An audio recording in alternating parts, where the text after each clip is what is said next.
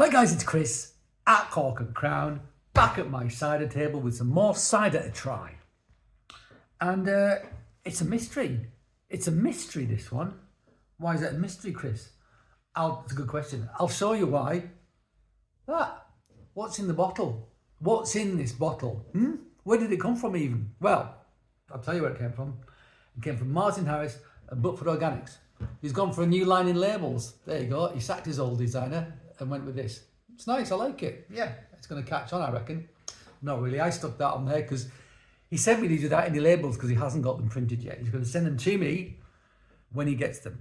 Which I hope is quite soon because I can't really sell any of this until I've got the labels on it. So yeah, because I've got a couple of these, so I wanted to know which one was which, so I marked them up so I wouldn't confuse them. Anyway, it's Brown Snout. It is Brown Snout. It's the 2020... 2024, 2023? I don't know because there's no label. I'll put it on the screen when I find out. Yeah, I've got the information, just not to hand. So yeah, single variety Brown Snout. We like Brown Snout. I've got a nice one from a 750ml 2022 or 2020 from Ross and White. It's on the website. It's good side of that. Which I really like, single varietal. So Brown Snout from Herefordshire. About the 1800s, we think, so been around for 200-300 years.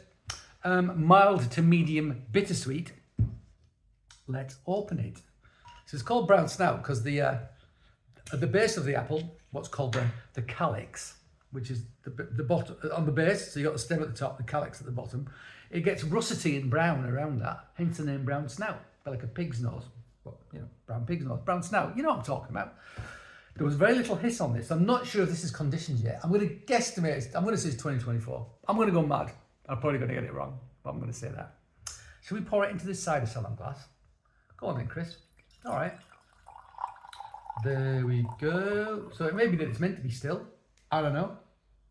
Although there's a bit of a prickle going on there. So I suspect it's just not conditioned yet. Nice colour though. Look at that. Beautiful, glowing amber, orangey amber. That Seville orange marmalade, that's what that makes me think of. I like it very much indeed. Beautiful looking thing. Good start, huh? Let's have a sniff. Super delicate nose, super delicate. A little bit yeastiness on the nose, but still sort of fermenting in bottle. But the yeastiness doesn't surprise me. It'll be in suspension. Really delicate nose. I mean, the mere suggestion of like apple and stone fruit, but then there's that yeast over the top.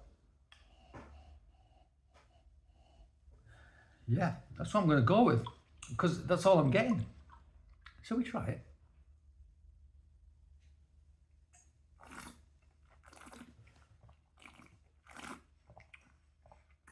Okay. Yeah, it's a little bit spritzy, a little bit of a prickle, lick in a battery. Relatively flat battery. Solid acidity, astringency, hard tannin.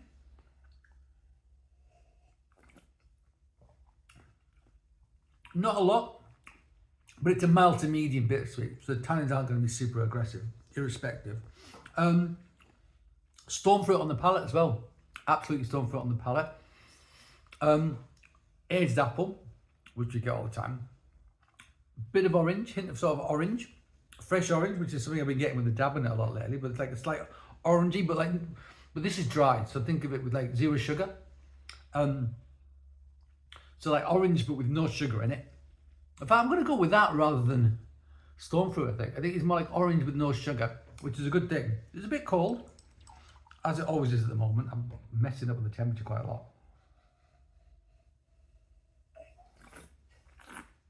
I'm getting this like baked, toasty element on the nose as I'm drinking it as well. I don't know what the ABV is on this. I don't know how fizzy it's going to get.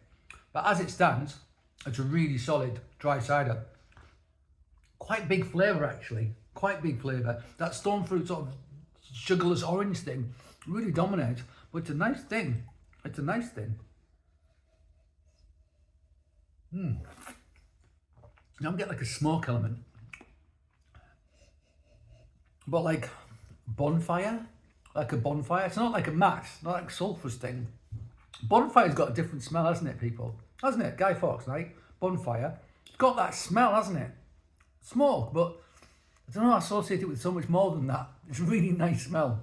There's a hint of that in the background as well. Just think, you buy your Bonfire, drinking a glass of sugarless orange juice. Yeah, and you're there with some tannin as well. Yeah, we like, it's good, it's big, it's quite bold, and we like it. We like it, and I can't wait to see what the labels look like, because it's probably going to be an improvement on this, one would hope. So there you go, guys. Not quite ready, I would suggest, because the sparkles haven't properly sparkled yet, and the yeast, I think, is all in suspension still, because it's still doing its thing. It's good, and I'll probably have to try it again at a later date to see how it compares. I've actually got a 500ml bottle as well, which has also got no label on, and I don't know if it's the same batch or vintage as this, so that'll be interesting. I'll look it up. I think he told me, but I'll look it up. And the other one I've got to try in 750ml is a blend of several different things, one of which is brown snout. I think it's also got Harry Masters jersey and something else in there, but we'll get to that when we get to it. So thank you for joining me at my cider table. I hope you join me again, but until that time, cheers.